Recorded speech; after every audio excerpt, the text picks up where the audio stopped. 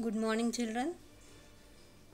Let us learn about the Geography Lesson 3, Mineral and Power Resources.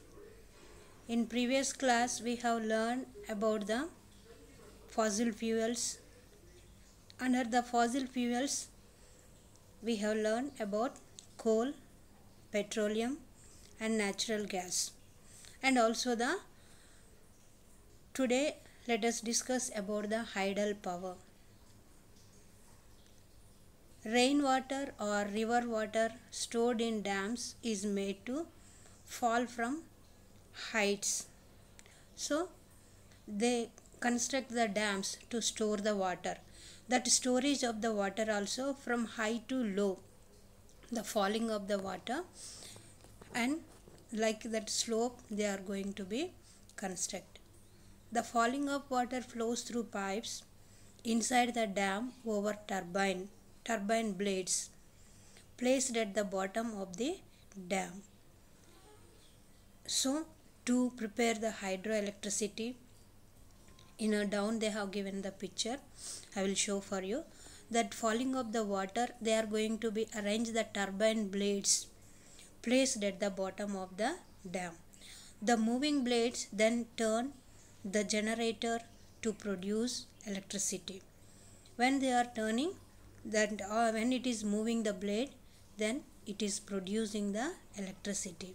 This is called hydroelectricity. The hydroelectricity from the water they are going to be formed.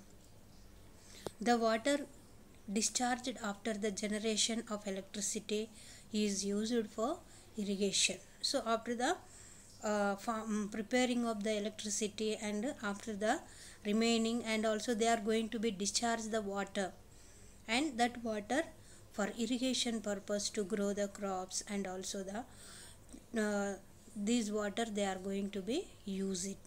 1/4 of the world's electricity is produced by hydel power only. So throughout the world also, by using of the water only, they are producing the more hydel power. The leading producers of hydel power in the world are Paraguay, Norway, Brazil, and China. So these are the main places, the large quantity they are producing. Some important hydel power stations in India also, the hydel power stations are there. Bakranangal project, Bakranangal, Gandhi Sagar, Nagarjuna Sagar, and Damodar Valley project. In these projects also, they are preparing the electricity.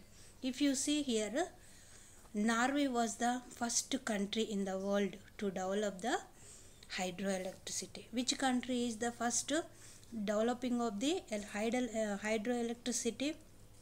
Norway.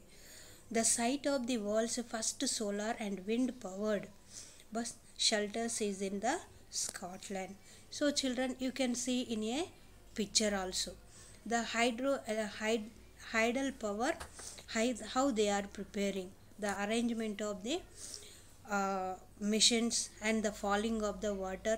You can see here the water reservoir, the storage of the water through generators. So through generators they are going to be produced, and also the turbine. The water, if you see the purple color, the water is falling on a blade, and after falling of the blade, so through the turbine the power is going to be produced. The electricity, the power, how they are producing the hydel, the water they are storing in a dam, and also that after storage through by generating, and the water is the water through the fast force they are going to fall on a turbine blades. When it is falling the turbine blades, it is forming the hydel electricity. So the fossil fuels and also the conventional resources. If you see the conventional resources, what we have learned about the conventional resources, they are the main firewood, and also the fossil fuels. In a fossil fuels also, what we have learned, about the coal we have learned, and also the what we have learned, petroleum, natural gas and hydel power. All these comes under the fossil fuels, and also they are the conventional resources. So the conventional resources, firewood, petroleum and natural gas, hydel power, these are the conventional resources. So next let us learn about the non-conventional sources of energy. So children, if it is possible, you have to draw this picture and you have to practice also. You have to learn how the storage of the reservoir and generating and turbine and the preparing of the water. You have to draw this picture in a notes also. So let us continue in the tomorrow's class about the non-conventional sources of energy. Thank you.